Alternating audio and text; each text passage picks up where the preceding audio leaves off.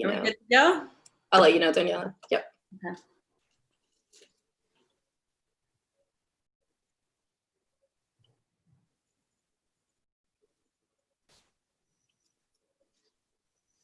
You're good, Daniela. You're good to go? I'll let you know, Daniela. Yep. Okay, so here we are. All right, so if you've just watched the film, we're here at this Q&A right now for the story of plastic. I want to thank everyone for coming out tonight for a live stream. I'm really excited to hear what our fellows have to say and the questions we have for Deia, who is joining us as the director of the film. It's her directorial debut, a feature-length debut, and she's also been involved in projects like How to Let Go of the World and Love All Things Climate Can't Change and Awake, A Dream from Standing Rock. So just want to before I give the floor to Krista, I want to give a warm welcome to Deia and all our fellows. I want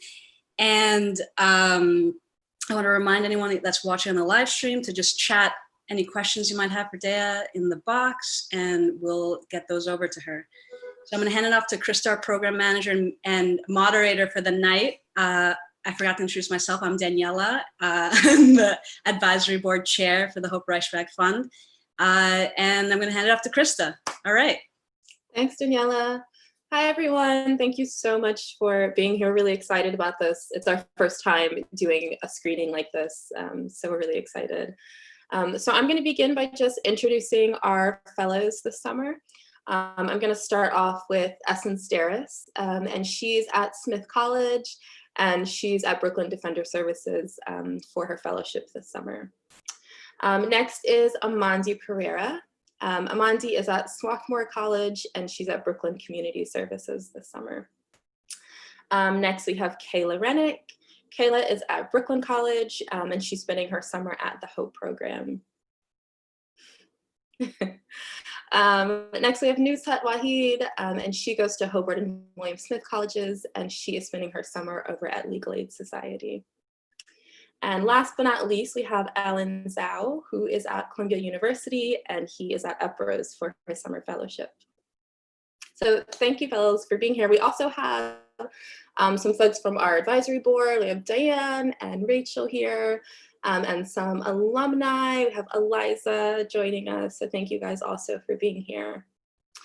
So I'm gonna just get us started and kick us off with a few questions for Deia. Deia, I really loved the film so much and went through a bevy of emotions watching it. And I think a lot of us can agree that we knew that plastic was a problem, but we just didn't know all of the layers and complexities to it. So my question is, did you have any surprise experiences or learn anything new that you weren't expecting just through this whole process? Yeah, definitely. At first, like a bunch of years ago, I wasn't super interested in making a film about plastic because I knew it was bad. I knew it was a problem, like the plastic waste issue was a problem. And I knew it was a derivative of fossil fuels, but I had no idea how predatory the actual petrochemical industry and companies are. And that surprised me, not on the extraction side. I've done a lot of work in climate and fossil fuel extraction, kind of documenting and reporting. But as far as marketing and branding and targeting global South countries, in particular for the worst kinds of packaging, and also the huge myths about the majority of the waste coming from Asia and Southeast Asia. And while later in the process that might be true, it doesn't originate there. And I had no idea that so much of the waste from the global North and the West gets shipped to Asia and Southeast Asia. And it's our waste that is leaking into the environment and being burned in incinerators and polluting that part of the world. It's our packaging. Yeah, I was surprised by that also. So my experience of the film was that I kind of started off just feeling kind of devastated and just learning like the magnitude of the problem. And, it made me feel helpless. And towards the end of the film, there was like some hope and some resources and possibilities that made it seem like, oh, okay, this is manageable.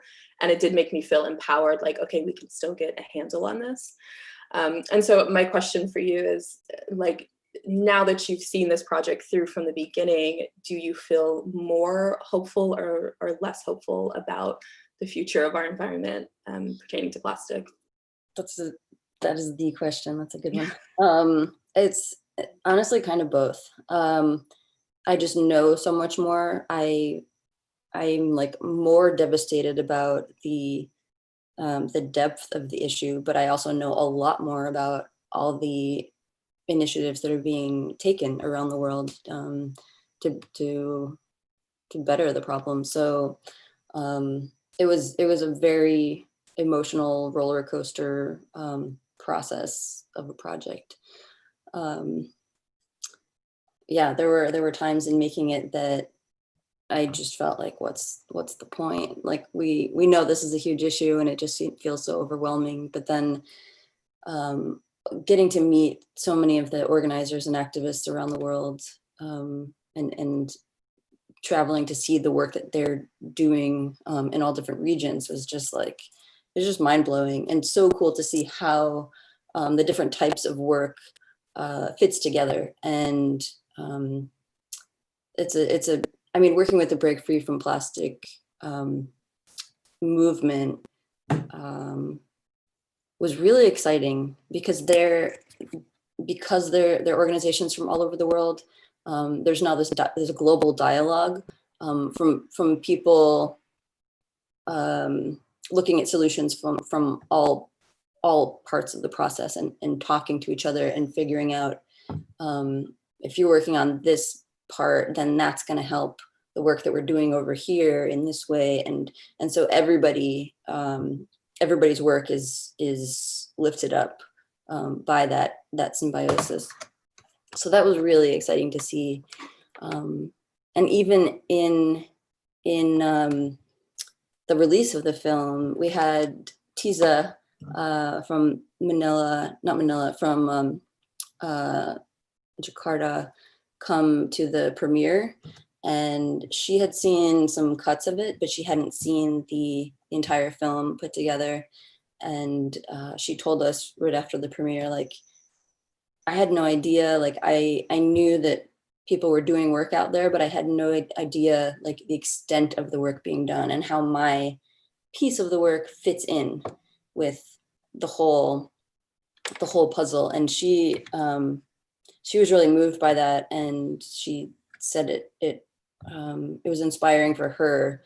I mean, as much as we feel kind of overwhelmed by learning about it and documenting it and then and watching it and sharing it, working in that space every day for years and years, like the feeling of being overwhelmed is, infinitely greater. So to hear her say that was really wonderful. And that's that's partly why we made the film, as a tool for the movement leaders to use to better communicate the work they're doing to their circles. Yeah, it was beautiful to see just how everything and everyone was connected. I agree, I really love that part. So I'm gonna kick it over to one of our fellows. Essence, do you wanna get started? Yes, I'll get started. You touched briefly in the response to Krista's second question, but one of the women interviewed, I believe she was in Pennsylvania, she was mentioning how people are so overwhelmed with like the severity of single-use plastics and how to transition to alternatives. So I wanted to know if you had in mind any action plans or any strategies to help people navigate that switch, because I know it can be a lot, because every like household items, things that you use for like your dorm or just like to commute to work, like has plastic. So people are trying to figure out ways to sustainably and quickly transition. So I wanted to know like what you had in mind about how to navigate that change.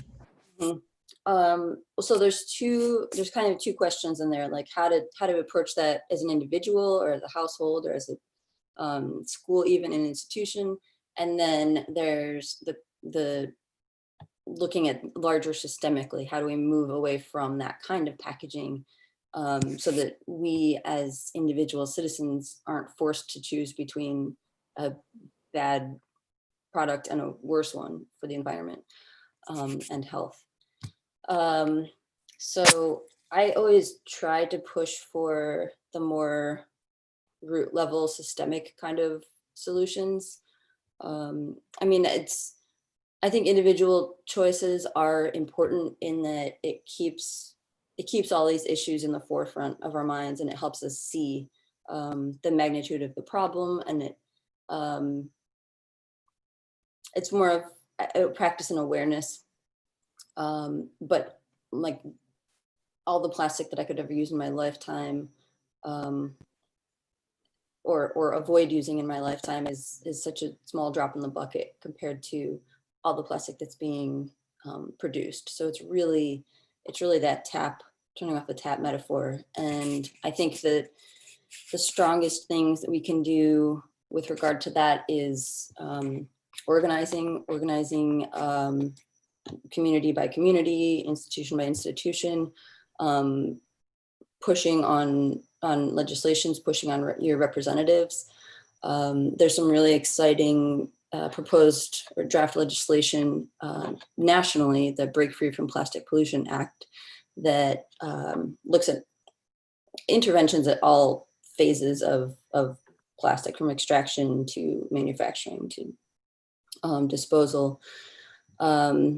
So yeah, getting involved in government at any level is I think will give you a lot more bang for your buck in terms of results per unit of effort. But it is enlightening and informative to go through that process in your own life first, to just see how hard it is to go plastic free or single-use plastic free, and see where the biggest problems are.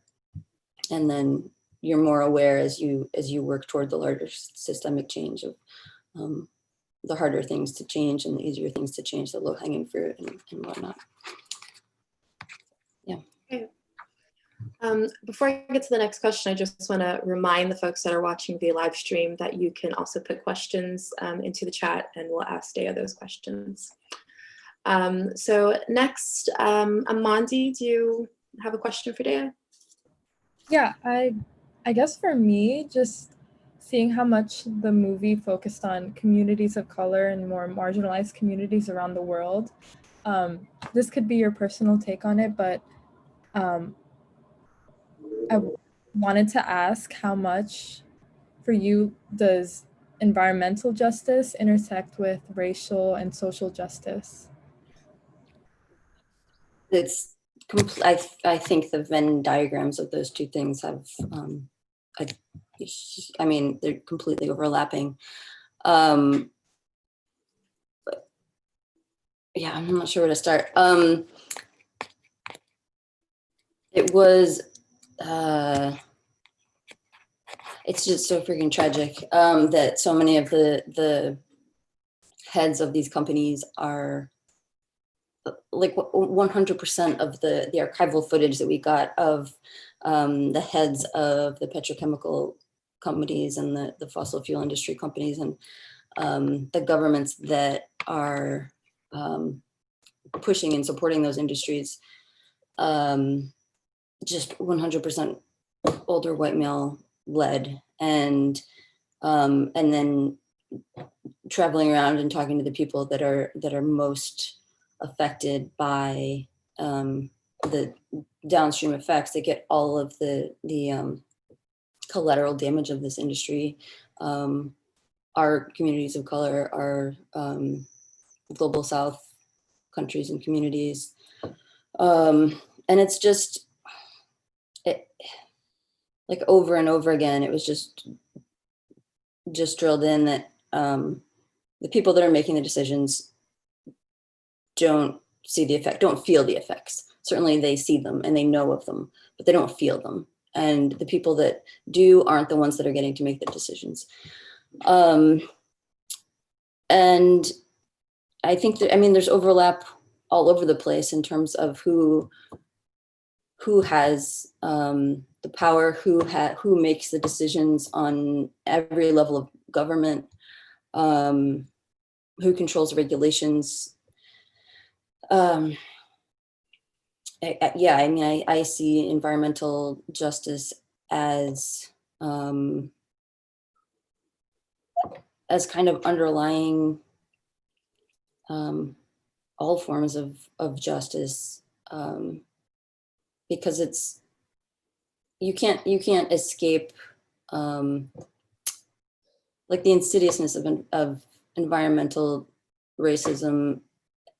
Like it's in the air you breathe, it's in the water you drink. It's like there's those basic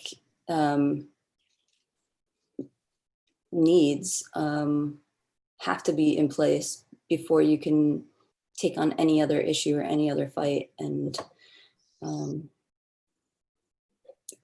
I see it as totally intertwined. Yeah.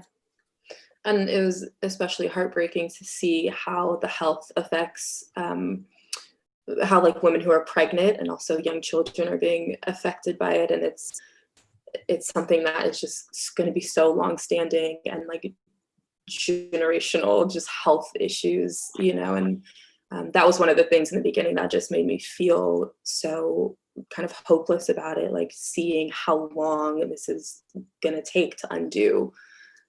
So, you know, I appreciate films like this who are putting that on the front line and showing us that, because once you see it, you can't unsee it, you know.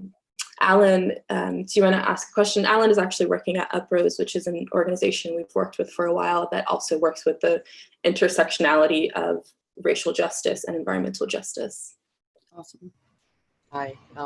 Yes, I work at Uprose. We work with a lot of these intersectionality of these issues. But I was really interested in how when you approach an issue as big and widespread as the use of plastic, how do you figure out like where to begin? And you use stories from many different countries around the world, like the Philippines, India, Belgium, etc. So were there reasons that like drew you to each of these countries specifically, or like these stories that you told? Mm-hmm. Yeah, good question and observation.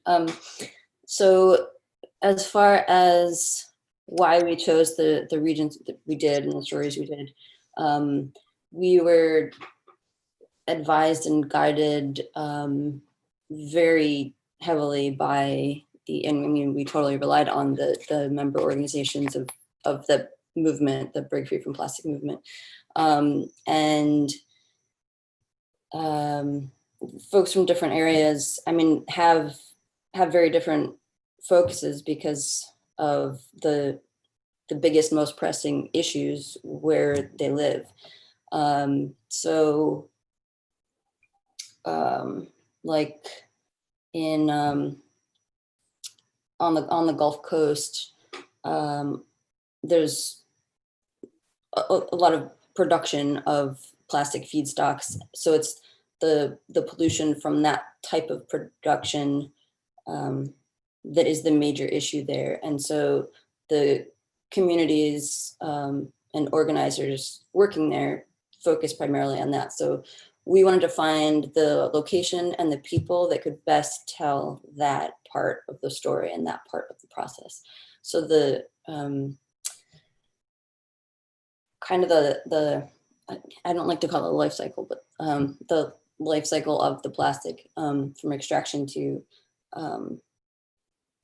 waste material, I mean, follows a pretty predictable course. So at each one of those sections, each one of those chapters, we really sought the best example and spokesperson for what was going on in that section. And that's what took us around the world and really decided where production was going to happen, film production.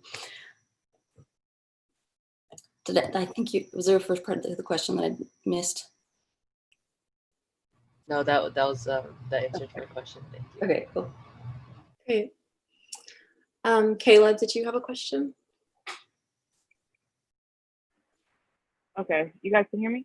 Yes. Okay. So basically, as I was watching it, I saw like a lot of things that really stood out to me. I mean, the first one was definitely the girl who was explaining about the coughing and how basically the doctor told her it was either that she was like working in a mine, I think, or a smoker. And but then what really made me start thinking was towards the end with the plastic ban, because I just started thinking like, yeah, I felt like it was such a good step, but what happens when we like use too much paper? And then, because I noticed a lot of businesses started using paper bags. So I want to know, like, basically, I want to be a lawyer in the future, and what can I like push, or what can I really do to like help with, because it's such a major issue. Awesome. I would say that we need to get rid of subsidies for fossil fuel production and extraction. That just, if the companies were responsible for the actual cost, all of the externalities, all the health effects on all of the communities that are harming, all of the environmental effects, if they had to pay for all those costs, the industry would be done. Like there's no way that that financially that it could keep going if it was actually responsible. So I think,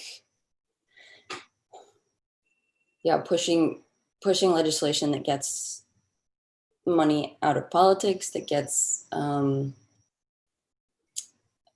getting rid of Citizens United, getting rid of the ability for moneyed interests to affect policy.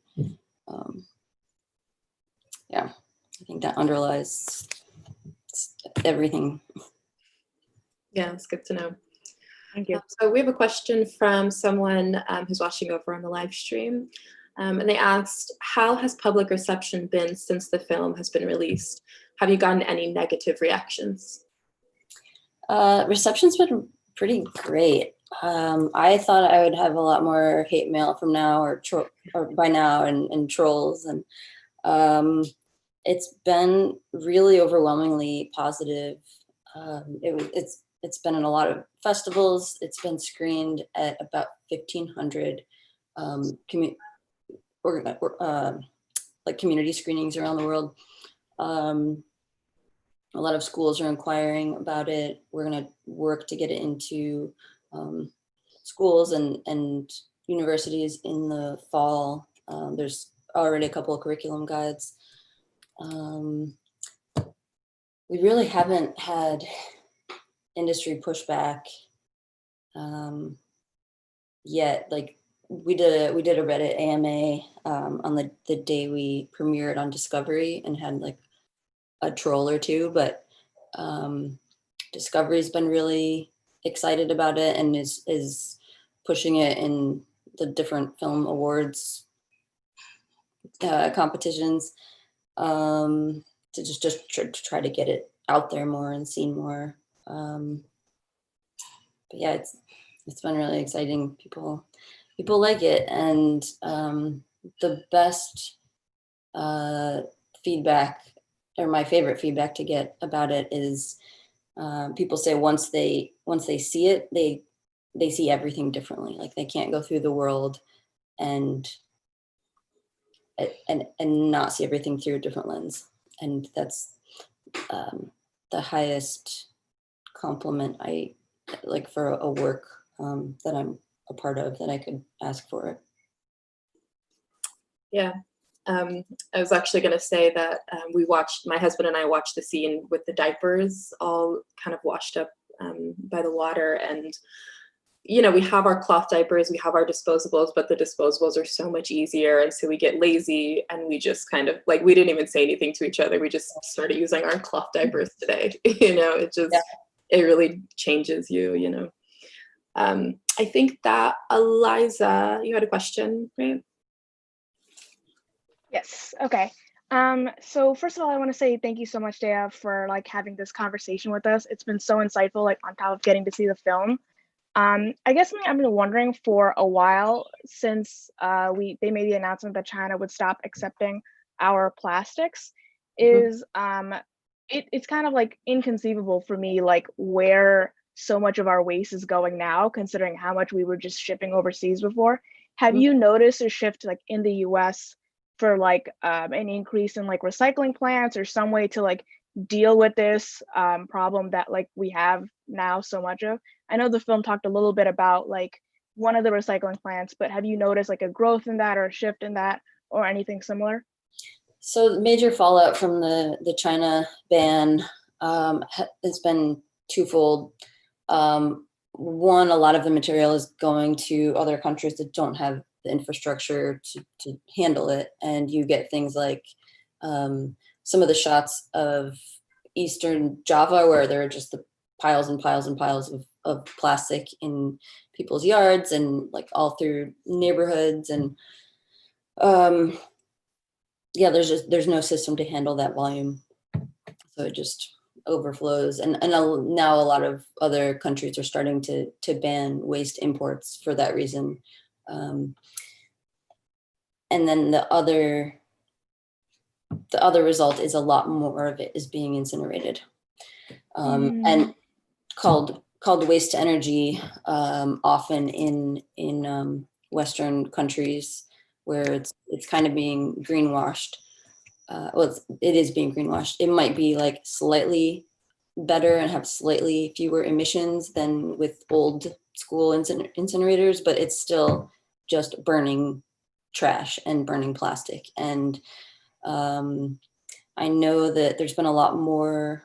There's a large incinerator facility outside of Philadelphia, and I know a lot more of the New York area's waste is going toward, and globally, like a lot of the plastic that is shipped globally to countries that are backed up, they're starting to incinerate more.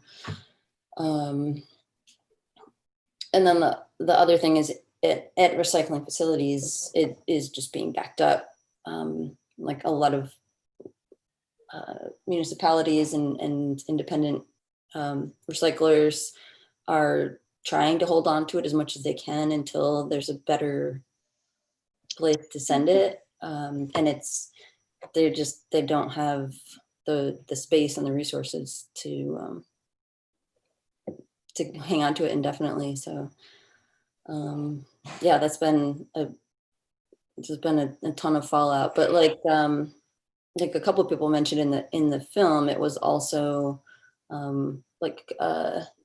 Clarissa called it a reckoning, and I totally agree. When we used to be able to ship it to China, we didn't have to think about it, and we didn't realize how huge of a problem it is. And now that it's piling up and it's being burned and we're dealing with the impacts more, we can really start to address underlying problems. Yeah. Daniela, did you want to ask a question?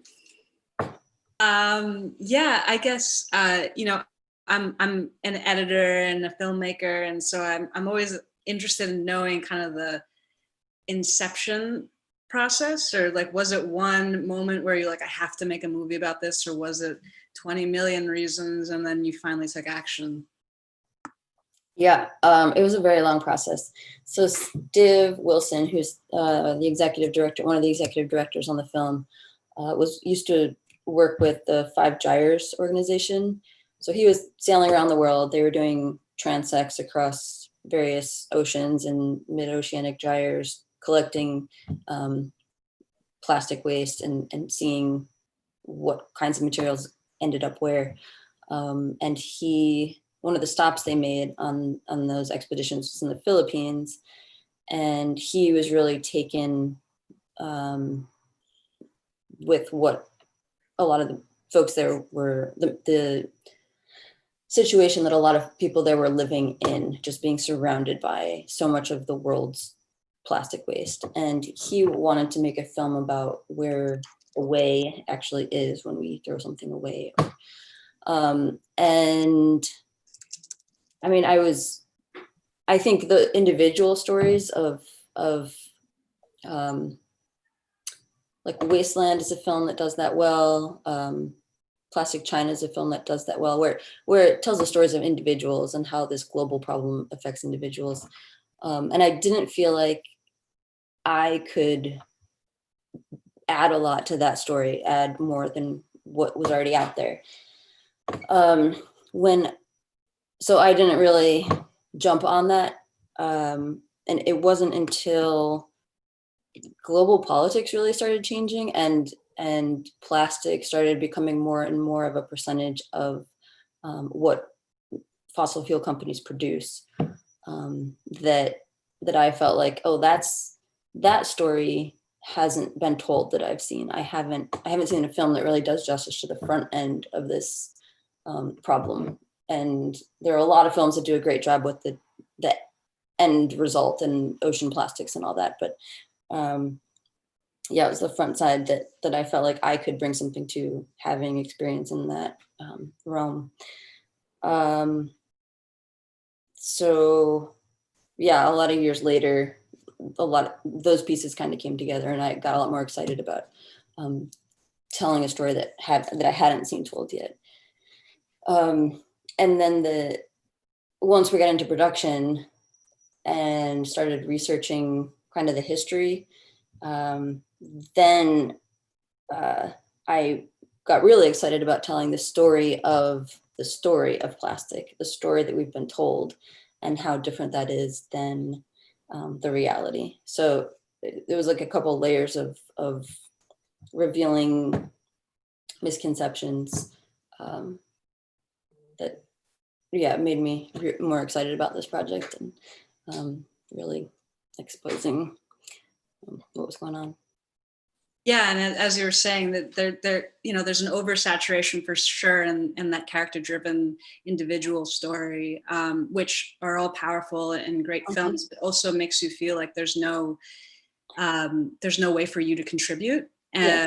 But when watching your film, you can see action that you can actually take in trying to confront these companies that are exacerbating the situation and creating the situation in the first place. Mm-hmm. Yeah, I agree. I think that that's what was so revolutionary about watching this, is finding out how much I didn't know about the beginning of the story, and how much we hear about recycling being the answer. And, it never really comes to mind just how all this is being produced and who is creating it and who's benefiting from it. Yeah.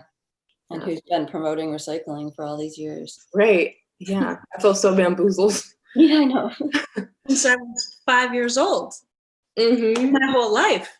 Yeah. It was a lie. The whole thing. I don't. No, I'm just kidding. That's an over-exaggeration. No, I know. That's what I feel like all the time. But I always come down on recycling after these years of learning about the truths of it. But if it's done right, and if it's high value plastic, then it's still a very good thing. Like, 1s and 2s are recycling's still very good for those things. It's just all the lower grade stuff that is yeah. I want to come back to that because I'm curious to know, is there a way that we as individuals can recycle better? But first, I just want to hear from Nushat before we continue on. Hi, thank you so much for making this film. It changed so many things about how we recycle in our household. I wanted to ask, so someone from my college administration said something recently that kind of made me think about the film again. And they were talking about how the COVID precautions made us go back in how we were being sustainable. And so I was wondering, with everyone using like single-use gloves and a lot more plastic to protect themselves, how do we prevent companies from capitalizing on like the need for more plastic, like plexiglass, from I guess overtaking the narrative that we're trying so hard to push and how bad plastic is? And is that something we should be worried about? Yeah, totally. And they're doing that. And we saw that right off the bat. Like as soon as shutdowns started happening, we saw them try to spin the narrative. And I think it's cool that you saw that right away, that they're doing the same thing again with this.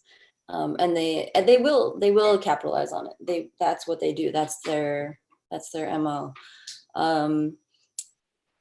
I think what we can do is keep pointing that out to people. And there are resources out there that dispel those myths. So getting those out there. We had I'm going to find a link and share it in the chat later, but there's an opinion piece that one of our partners wrote up about that exactly, about the spin on plastic PPE, and how companies were trying to push get rid of the single-use plastic bans, get rid of the plastic bag ban in New York. Well, there's no science behind that. Like there's nothing that says that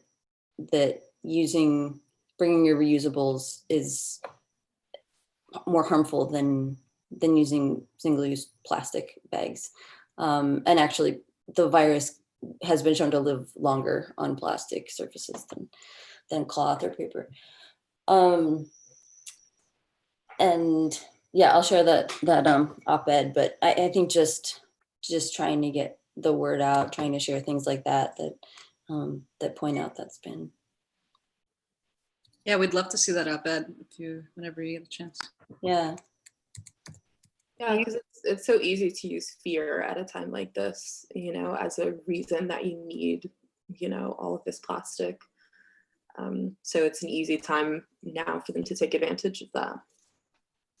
But I'm curious for you to go back on recycling, because I was going to actually ask you, do you still recycle? And I'm wondering if I should still be recycling, and how can I recycle in a way that is going to actually be effective? Mm-hmm. Yeah, I do still recycle, but I take note when I'm buying things what type of resin it's made out of. So if there's a choice when I'm buying something, if it comes in a number 5 plastic package or number 1 plastic package, I'll buy the number 1, because that package can be reused almost losslessly. I mean, of course, there's the energy that goes into the whole process, but the material itself can largely be remade into something like effectively recycled. Basically, what Tiza was explaining toward the beginning of the film. And I just, as much as possible, tried to avoid the plastic that's made from lower quality stuff that can't be recycled, even if it has the number on it. It really, I mean, hypothetically, it could be recycled, but in practice, it's not a reality. So that's kind of how I try to recycle more effectively, is to purchase more effectively, or not choose things that have plastic packaging at all, or yeah, as much as possible. But I also don't obsess over it. I think, like it, as I was saying earlier, it's great to build awareness by trying to go totally plastic free for a while, but there's also like it's a balance. Like if you're working toward a another goal and you have to go 2 hours out of your way to avoid a type of packaging, or if you can't afford to always do refillables, like I think it's important to be mindful of the decisions you make, but not be super rigid. Like do what you can, be mindful, and it's more important to do things that change the system. Yeah. Okay. So in general, looking for a number 1 on the package is the most ideal, right? 1s and 2s. 1s and 2s. Okay. Yeah. That's good to know. Essence, do you want to ask our last question? Yes. So I know towards the end of the video, there was a graphic where it talked about how exactly zero waste management will work. Do you feel like it would be feasible for the US to implement that kind of strategy to handle the plastic, just because I know that we are an excessive place of production of plastic. So I think it would be some type of challenge in doing it, but it's definitely necessary. So I wanted to know exactly how would you imagine that process being carried out? Mm-hmm. Yeah, great question. I think on local levels, absolutely. I think towns and cities can get there for sure. I think if mayors and governors, even on state levels, really prioritize that, we can definitely get there on that level. Nationally, I mean, it's obviously not politically feasible right now. I hope we change that very soon, and keep working toward it being more politically feasible to do nationally. But a lot of national policies come about from cities and states setting those precedents and showing this is actually feasible, and not only is it feasible, but it's cost effective. And to have that solid model to push and advocate for that kind of change is really important. So it's not, I think it's kind of overwhelming to think about changing the whole US system in one go, but it's definitely something we can build toward. Great. Well, before we close out, Deia, is there any other resources or information or like anything you wanted to share with folks if they wanted to learn more or to get more involved? Yeah, actually, I'm just going to share the CL website because there's so many great resources on there. That's the, what is it, Center for International Environmental Law. They were a huge help in terms of the research and the numbers and the science behind all of this. We were super rigorous about fact checking and making sure we weren't putting spin on things. Right. And they have great resources. And they also have a recent report on the industry take on COVID and their pushing of plastic. So, and I'll share all of these links also in the information box on YouTube so that people can continue to see them. Cool. Well, I just really appreciate you, Deia, for taking the time to chat with us, to share the film. I think that we all just really learned so much, and it really just expanded my perspective on a lot of things. So I appreciate having that opportunity to do that. And I appreciate all of you for being here and for asking such mindful, insightful questions. Anybody else have anything else before we close out? Okay. Oh, yes, Nusat. I just wanted to ask one more question. So I feel like a lot of times in like the movements to be more sustainable, we like place a lot on the individual, which is also fine, but like how do we kind of balance that, especially like if you're someone who is just entering an understanding of being more sustainable as a person? How do we balance an understanding of like being, as you said before, like having those ideas of what decisions to make to contribute to the environment, but then also holding like companies accountable. Like how do you kind of find a line where you can do both, but also live, I guess? Yeah. It can be pretty paralyzing. We are beings that consume, and we make choices about consumption every day, and how to spend our time. But I would say a good way to move forward and not be completely overwhelmed is to get involved in an organization, with an organization that like their work is to come up with mission statements and ways to be most effective and use their resources and volunteer hours most effectively. So they've already done a lot of that groundwork. And I think you can learn a lot from the work they've done and not feel so alone. Like there are so many great, like not just great, there are so many just friggin' unbelievable people in this movement. And if you plug into one of the Break Free from Plastic member organizations, you'll meet amazing people, you'll learn a ton, you'll feel less overwhelmed. So I think it's about plugging into community.